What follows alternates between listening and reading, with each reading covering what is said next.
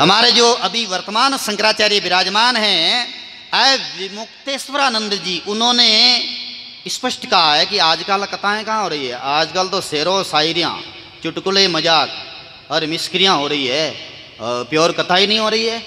कथा कहाँ हो रही है? वो बोल रहे हैं अरे कथा ये तो करोड़ जन्मों के पुण्य के प्रताप से श्रवण करने को मिलती है, लोगों को रिझाने के लिए, बस लोग राजी हो, लोग कैसे खुश हो, वो चुटकुले ला के घुसा दिए, शायरियाँ घुसा दी, फिल्मी गाने घुसा दिए, और क्या कर रहे हैं कि भागवत कथा हो रही है, पारायण हो रहा है।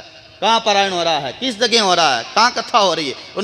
उन आचार्य श्री को कहना पड़ा, धर्मात्मा है, उनकी बात सत्य है, अब जाए कहाँ, सामान्य कथाकार कहाँ जाए? हम लोग बोल दें तो बोल देंगे तुम्हें क्या लेना देना है, लेकिन उन आचार्य ने हकीकत धर्म की बात कही है। तो श्रीमद् भागवत की प्योर कथा है, बड़ा पुण्य हो, बड़ा सुकृत कर्म हो, तभी ही श्रवण करने को प्राप्त होती है। सूर्य भगवान ने गोकर्ण जी महाराज से कहा कि आप श्रीमद् भागवत कथा का सप्ताह पारायण रखो।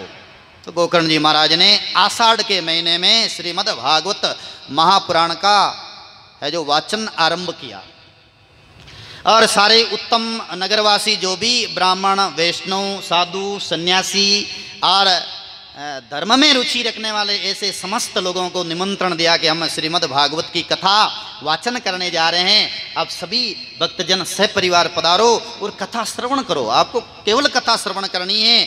श्रीमद् भागवत की कथा श्रवण करने मात्र से परमात्मा की प्राप्ति हो जाती है। ये बात गोकर्ण जी ने कही। और एक उत्तम व्यासपीठ सजाई, और व्यासपीठ के इर्द गिर्द उत्तम उत्तम सामग्री रखी, जो सुगंधित द्रव्य में सामग्री, और उस धुंधकारी प्रेत को बोला कि अब आओ और कथा श्रवण करो। यही है जो प्रेत योनि में पड़े हुए जीव के उद्धार का उत्तम उपाय है। धुंधकारी आया पर वो हवा रूप है, एक जगह टिक नहीं पाया, तो बांस का जो वो लकड़ी मंगाई गई। बांस की लकड़ी पोली होती है, उस पोली लकड़ी में वो धुंधकारी की आत्मा वहाँ ठहर पाई, और गोकर्ण जी महाराज श्रीमद् भागवत महापुराण का वाचन कर रहे हैं। इस संसार में सर्वोत्तम प्रवक्ता और कथावाचक हैं तो सबसे श्रेष्ठतम उत्तम माने जाते हैं सुखदेव जी महाराज। प्रचंड वैराग्यवान व्यास नंदन सुखदेव जी महाराज माने जाते हैं, जो ब्रह्म ज्ञान का चिंतन करते हैं और श्रीमद् भागवत महापुराण के अलावा और अन्य संसारी चिंतन भी नहीं करते हैं। बोलो, ऐसे महात्मा है सुखदेव जी महाराज। और फिर मध्यम जो कथा वाचन करने वाले हैं वे सूत जी और गोकर्ण जी महाराज हैं।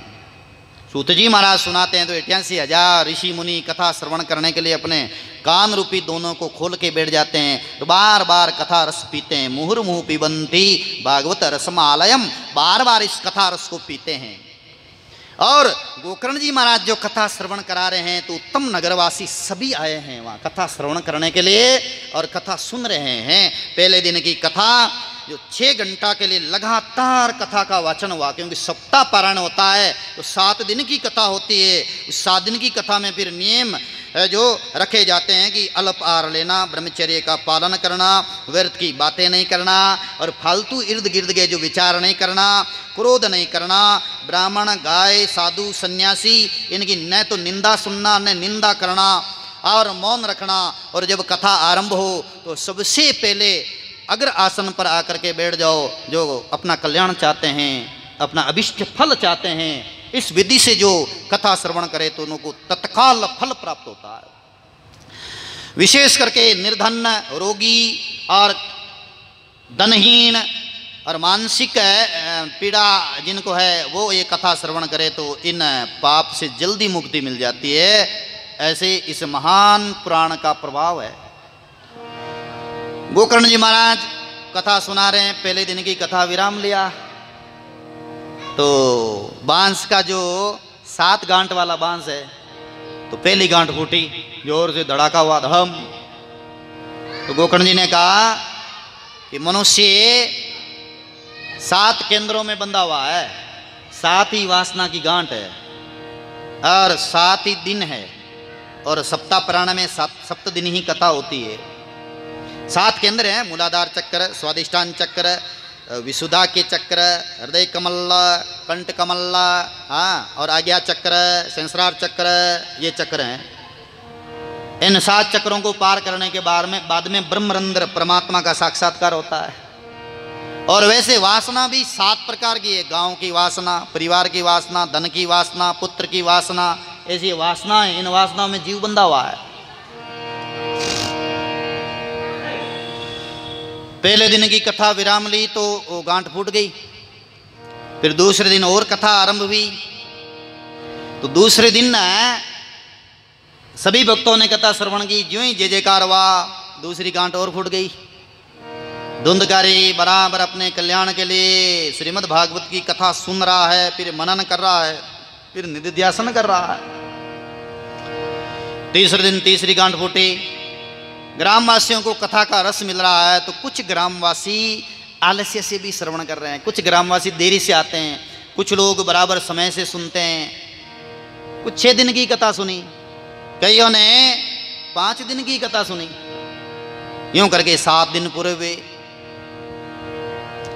7 दिन पूरे होते ही 7वें दिन जो ही वो 7वीं गांठ फूटी, उसी समय में आकाश मंडल से भगवान के प्रेस्ता विमान लेकर के आए और धुंधकारी का जो प्रेत जोड़ी थी वह छूटी और भगवान का रूप धारण करके सामने हाथ जोड़ करके खड़े हैं धुंधकारी के। हे भैया, आपने जो है मेरी प्रेत योनि से मुक्ति प्रदान कर दी है।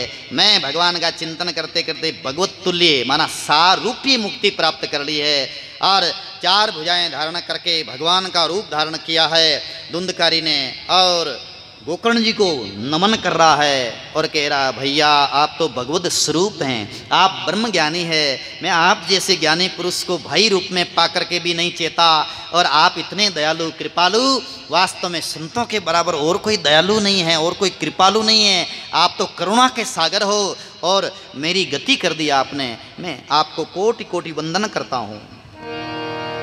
धुंधकारी ने गोकर्ण जी महाराज को वंदन किया और गोकर्ण जी महाराज को भी बहुत बड़ी प्रसन्नता हुई कि मेरे भाई की सदगति हो गई है। और सच्चा भाई तो वही है जो अपने भाई को दुख से बचा ले, अपने परिवार वालों को दुख से बचा ले, अपने परिवार वालों को भक्ति में लगा दे। सच्चा संबंधी वही है।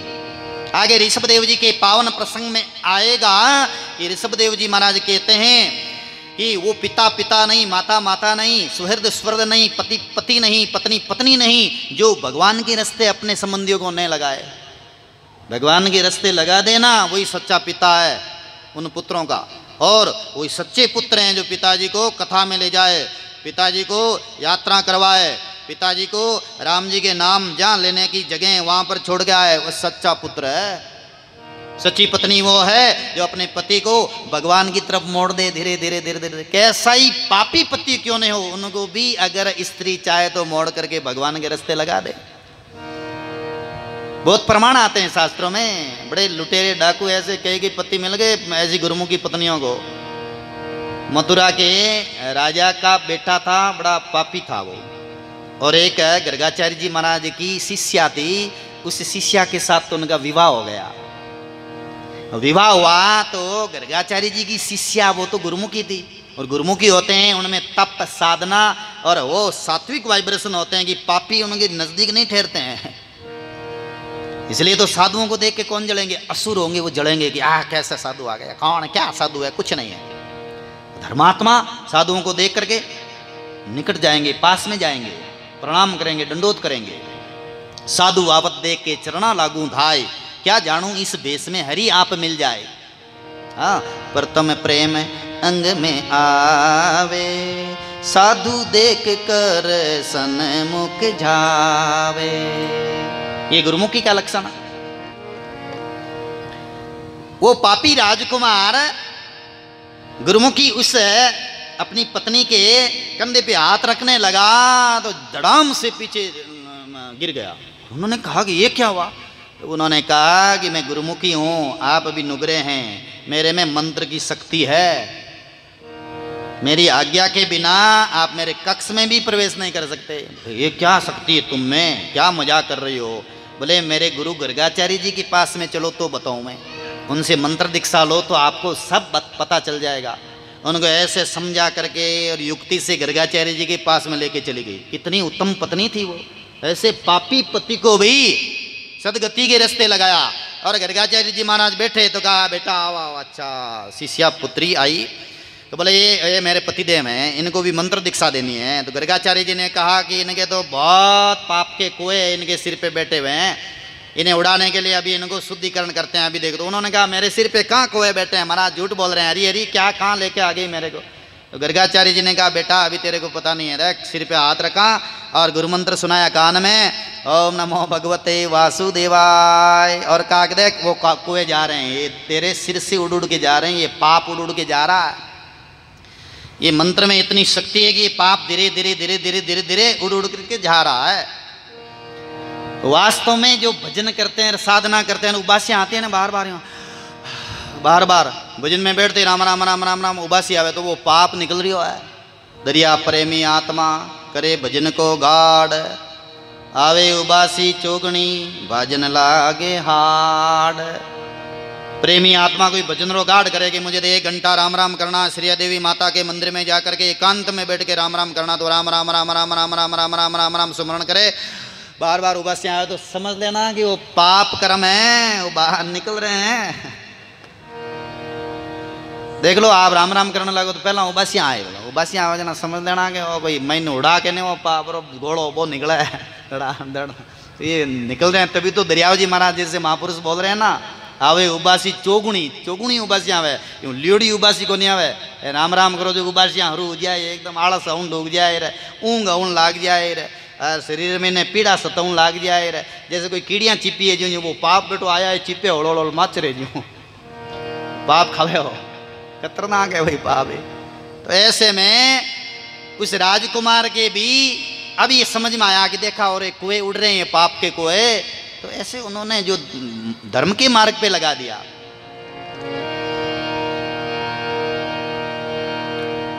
सात दिन तक कथा श्रवण करके धुंधकारी मुक्त हुआ। तब प्रेस्ता लोग है जो धुंधकारी को बोला कि अब आ जाओ विमान में बैठो, हम बैंकुट ले जा रहे हैं। तब गोकर्ण जी ने प्रेस्ताओं से कहा, हे प्रेस्ताओं आप भगवान के प्रेस्ता हैं, हम आपको वंदन करते हैं, परंतु आपने ये विमान केवल धुंधकारी के लिए क्यों लाया? ये इतने लोग सुन रहे थे उत्तम नगरवासी, उनके लिए भी क्यों नहीं लाए? सुना तो सबने था और केवल धुंधकारी इनके लिए विमान लाए। तब प्रेस्ताओं ने कहा, हे गोकर्ण जी महाराज, प्रेत जोनी में पड़े हुए धुंधकारी ने बड़े लिग्नि के साथ में मनन चिंतन और निधिध्यासन किया, और आप जानते भी हैं, ज्ञानी हैं, अदृढ़म हतम च ज्ञानम वैग्रचितो हतम जपः। अदृढ़म, जिनका ज्ञान दृढ़ नहीं है वो ज्ञान वृथा हो जाता है। इसलिए गीता जी में भी भगवान कहते हैं व्यवसायित में कहा बुद्धि रे कह कुरुनंदन, हे कुरुनंदन, आध्यात्मिक रास्ते में दृढ़ निश्चय ही काम आता है। दृढ़ निश्चय से साधन करे कि मुझे साधना करनी है, भजन कर ले मान दे का साधु बना तो पच दे का पच कहीं देखो, ये ऐसे साधु नहीं बन सकते। दृढ़ निश्चय कर ले कि मुझे साधना करनी है, भजन करना, तप करना, वही कर सकते हैं। तो ऐसे अदृढ़ ज्ञान है, हे गोकर्ण जी, व्यर्थ हो जाता है। वैग्र चितो हतो जपः, वैग्र चित्त माना चंचल चित्त है, अर्ण देखे बार बार अर्ण देखे राम राम राम राम राम काहे करो, राम राम राम राम काहे करो, वो जप व्यर्थ हो जाता है। जप में तो एक सुरत नासिका के अग्रभाग पे जमा करके राम राम राम राम राम राम राम राम राम राम और फिर मन को मिलाए। तो दरियाव जी महाराज, कबीर साहब जैसे ब्रह्मज्ञानी महापुरुष जो विराट महात्माएं हुए हैं, बड़े बड़े हजारों लाखों जीवों का उद्धार कर दिया, वो महात्मा बोल रहे हैं राम राम मुख से जपे भीतर सुमरे मन, जन दरिया ये गति साधु की, पाया नाम रतन। और कबीर साहब भी बोलते हैं राम राम मुख से जपे 5 संगी पीव पीव करे, छठा जो सुमरे मन, यही गति कबीर साहब की, पाया नाम रतन। 5 संगी कौन सी? 5 मंदरी वृत्तियां, ये भी राम राम राम राम, मन भी राम राम राम राम करे तो जप करने की गति है। खाली ऊपर राम राम राम राम राम, फिर मन में इधर उधर चंचल चित्त हो रहा, तो व्यग्र चित्त वाला हे गोकर्ण जी महाराज वो जाप वृथा हो जाता है। संदिग्धो हतो मंत्रः। संदिग्ध माना मंत्र में संदेह है, डाउट है, तो वो मंत्र व्यर्थ हो जाता है कि भाई मैं मंत्र जप रहा हूँ, भला होगा कि नहीं होगा। ये गुरु महाराज के द्वारा मंत्र मिला हुआ जप रहा हूँ, भलो होगा कि नहीं होगा, ये डाउट है मंत्र में, तो वो मंत्र व्यर्थ हो जाता है। नहीं तो गुरु के द्वारा मिला हुआ मंत्र और मैं इनको जपूंगा तो मंत्र में इतनी शक्ति है कि ब्रह्मा विष्णु महेश प्रकट हो जाते हैं। ऐसी भावना ऐसी दृढ़ है, जो मन में संकल्प करके जपे तो उनको साक्षात्कार हो जाता है, परमात्मा मिल जाते हैं। और बड़े बड़े मंत्र ले ले अक्षरों वाले और मन में डाउट है तो बिल्कुल फल नहीं मिलता है। अरे और तो और क्या, गुरु के द्वारा एक भोले बाले शिष्य ने मंत्र लिया तो गुरुजी ने कहा कि भोला भोला शिष्य है, चेला भोला है, तो बोले तुमको क्या अच्छा लग रहा है, यही मंत्र अच्छा नहीं लग रहा, वो अच्छा नहीं लग रहा। गुरुजी मुझे भैंस का सींग अच्छा लग रहा है, भैंस का सींग अच्छा लग रहा, चलो इस भैंस के सींग को ही भगवान का नाम जप करके जपते जाओ। तो वो भोला भाला भैंस का सींग ओम, भैंस का सींग ओम, भैंस का सींग जपा, तो वो पहले में ही वेखरी वाणी से फिर मध्यमा में आ गया तो एकाग्रता मिल गई, मध्यमा से फिर परा में गया तो मंत्र सिद्ध हो गया। तो गरीबदास जी महाराज ने अनुभव वाणी में कहा कि गरीब साहिब साहिब क्या करो, साहिब है प्रतीत, प्रतीत माना विश्वास में है, भैंस का सिंह साहिब भयो पांड्या गावे गीत। भैंस का साहिब से सिद्धि प्रकट हो गई उनमें और मरे हुए को जिंदा कर दिया। और बाकी बोल रहे हो साहिब नाम लो, राम नाम लो, वो लो, मन में विश्वास नहीं है तो कितना ही नाम लो फिर वो मंत्र इतना फल नहीं देता है। तो संदिग्धो ही हतो मंत्र है, संदेह से जपा हुआ मंत्र व्यर्था हो जाता है। ऐसे ही जो आलस्य से प्रमादेन श्रवणम कृतमः, प्रमाद से जो श्रवण क्रिया है, आलसों श्रवण क्रिया है, उनका सुनना वृथा हो गया। आपने कथा सुनाने में कोई भेद नहीं किया है, परंतु कथा सुनने में भेद किया है। कोई कथा है जो आलसों श्रवण करी, कोई कथा सुनते सुनते नींदा लेवी बीच में, कोई कथा सुनता सुनता गप्पा लड़ाई, कोई कथा है जो सोचे कि क्या है अब 2-4 दिन की सुन लेंगे तो 7 दिन पूरी सुनी नहीं, किसी ने 1 दिन सुनी, किसी ने 5 दिन सुनी, यूं करके धुंधकारी की तरह सबने कथा नहीं सुनी है। तब सब जना के हो गई ये क्या बात है, चमत्कार हमने आंखों से देखा है, हम लोगों ने भूल कर दी है और अब पुनः कथा सुनेंगे।